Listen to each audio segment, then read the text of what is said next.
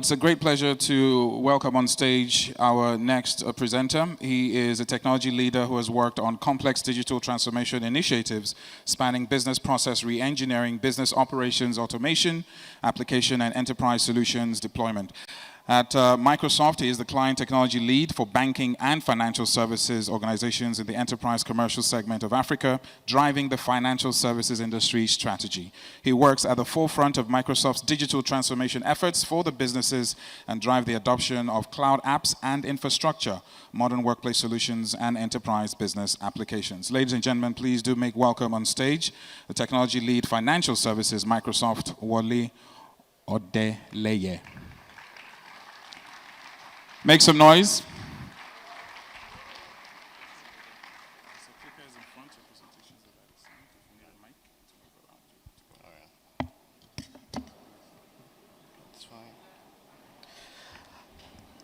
Hello, and good afternoon, everyone. It's unnerving when you have to speak after the governor of a state. Again, my name is Wole Odeleye, and it's a pleasure to be here.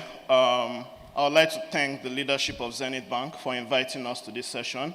All protocols observed, dignitaries from the state government and the federal government also present, and the wonderful innovators who are in this room today. It's a pleasure to be in your space, and I like to consider myself as part of your age group, so thanks again for inviting us. We have been asked to speak on the data-driven organization, and I think it's particularly important that the Zenith Bank organization picked this as a topic because of exactly how, as an organization, Zenith Bank has approached data, right? We have worked with Zenith Bank for quite a long time across their end-to-end digital transformation. And one of the things that struck me was the attitude of the leadership towards innovation.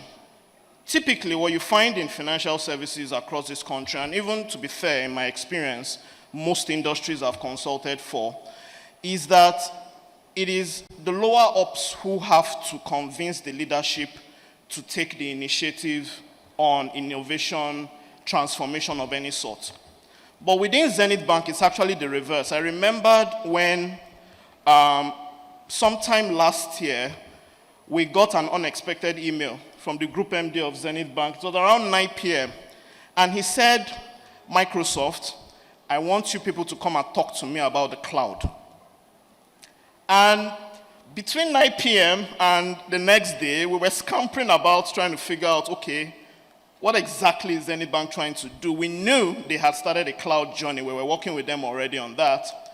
But wanted to know, why did the MD just suddenly take interest in this? I know we came, and right there, the Zenith Bank MD laid out his vision to us that, look, it's important that despite being probably the largest bank in this country by market capitalization, they consistently remain at the forefront of innovation and digital transformation.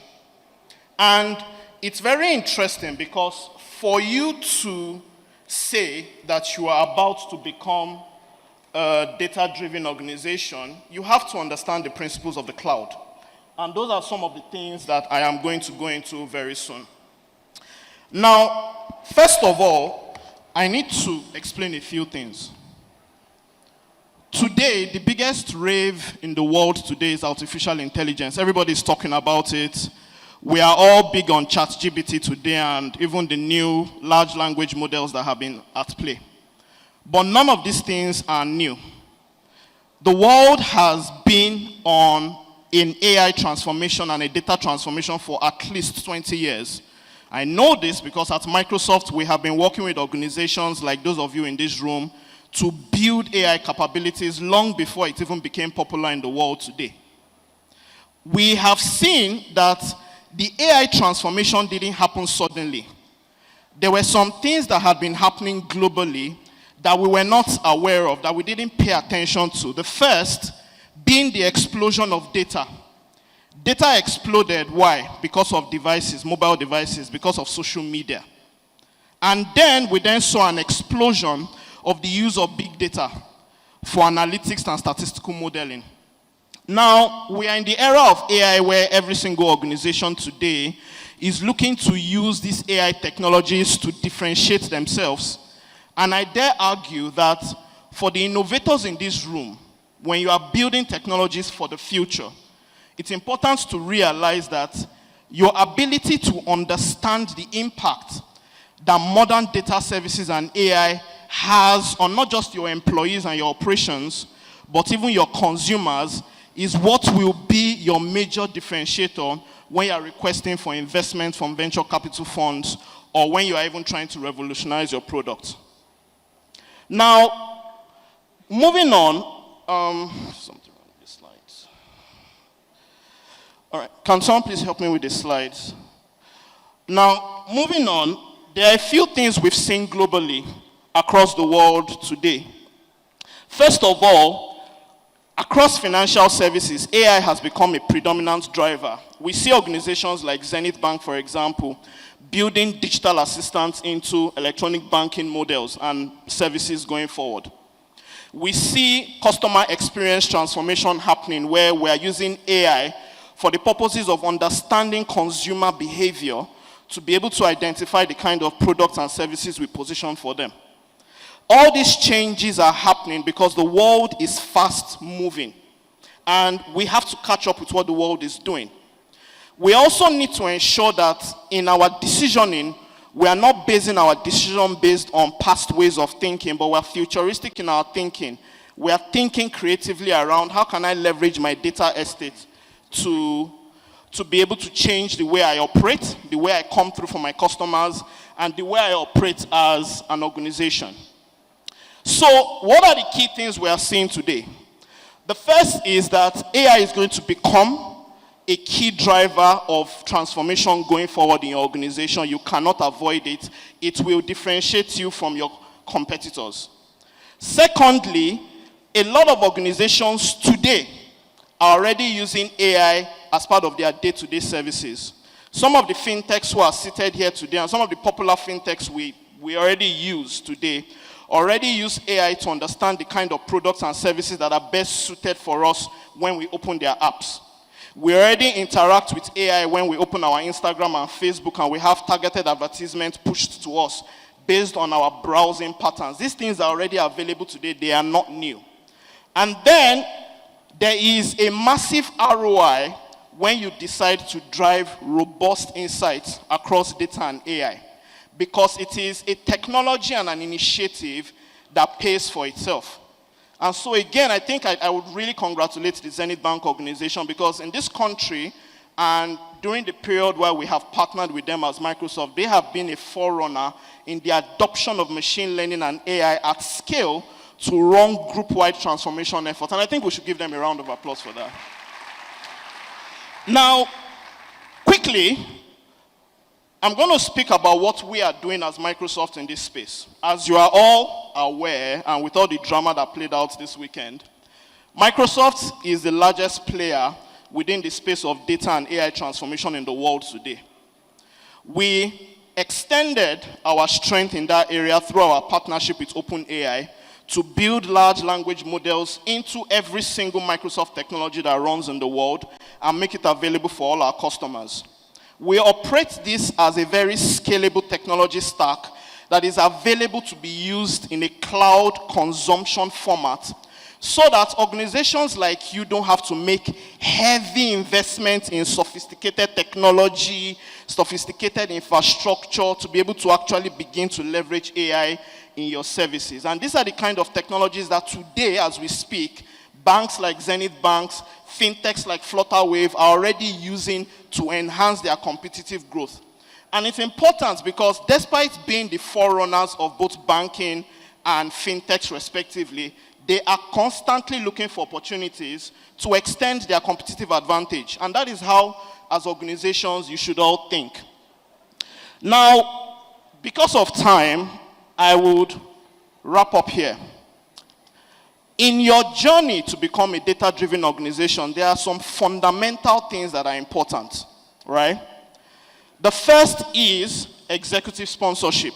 Why? Because any form of innovation that plays out in any organization starts as a cultural innovation. If you embark on any form of data transformation in your organization or AI adoption, and it is not underscored by an executive commitment to truly changing the way you empower your employees, the way you transform your operations, the way you build products, or the way you deliver differentiated customer experiences, if it is not underscored by a strong executive commitment, what is likely going to happen is that these things will become academic exercises that were bound to fail. Zenith, for example, and some of the organizations we've worked with have been extremely successful because we have at the forefront, taking the initiative, sticking their necks out, the executive saying, we want to do this. We want to make this change in our organization. We want to turn the ship around to be able to deliver value to new markets. Look at how, for example, how Zenith Bank stepped up with the Africa Free Trade Agreement to say, look, we will support the African Continental Free Trade Agreement to build a platform that will connect SMEs, countries together to be able to transact easily. That is an organization that is thinking about the future, that is thinking about connecting Africa together so that people like me and you who decide that, we want to spin out a fintech in future, can move our goods and services across borders without issues. That is the kind of innovation you need to think through. Secondly, is that you need to build strong foundations. It is important that when we innovate as people, as young people especially, we take a very pragmatic approach and not a bullish approach. Because in your effort to innovate, in your effort to change, in your effort to adopt new technology, you shouldn't put your customers' data at risk. You shouldn't expose yourself to cybercrime. We shouldn't have situations where because you are trying to transform, someone comes on the internet to say they've hacked your database and they post our credit cards online. Which means you need to build a robust foundation for trust, for compliance, for security, to ensure that your customers believe the true business value you are bringing to them at all costs. Thirdly, you need to now make the actual move to modernize your environment, right? Which means the way you run your services, the way you connect your applications, the way you connect your data needs to be built on modern, scalable technology that allows you to grow without incurring significant overhead. And this is the area where you now need to embrace and bring to bear your strong technology talent, and you need to invest in the kind of technology talent who can actually help you harness the value of your data estates. Then, you need to integrate it into your businesses, which means you shouldn't allow innovation be limited to only one part of the business. It needs to be consistent across board so that you don't find yourself in a situation where if you are an e-commerce provider, for example, you build some of the most beautiful chatbots that man has ever known, but then your supply chain operations are on the suboptimal, like the example we heard from the MD of Conga, where your supply chain doesn't give the kind of experience that your electronic channels are giving. So consistency is important for customer experience and for employee satisfaction.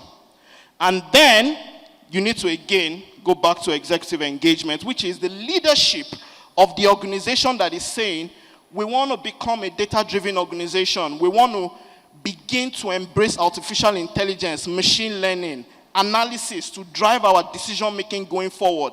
We must constantly come back to check ourselves. How are we doing against the ambitious goals that we have set? As a final note, as Microsoft, we are committed to partnering and working with you, just as we have worked with organizations like Zenith Bank, who have shown and demonstrated a willingness to truly change, a willingness to truly make an impact within the country and within the continent, and ensuring that our consumers, our citizens, our customers, and our government get the best kind of services from us using the most modern kind of technology available in the world.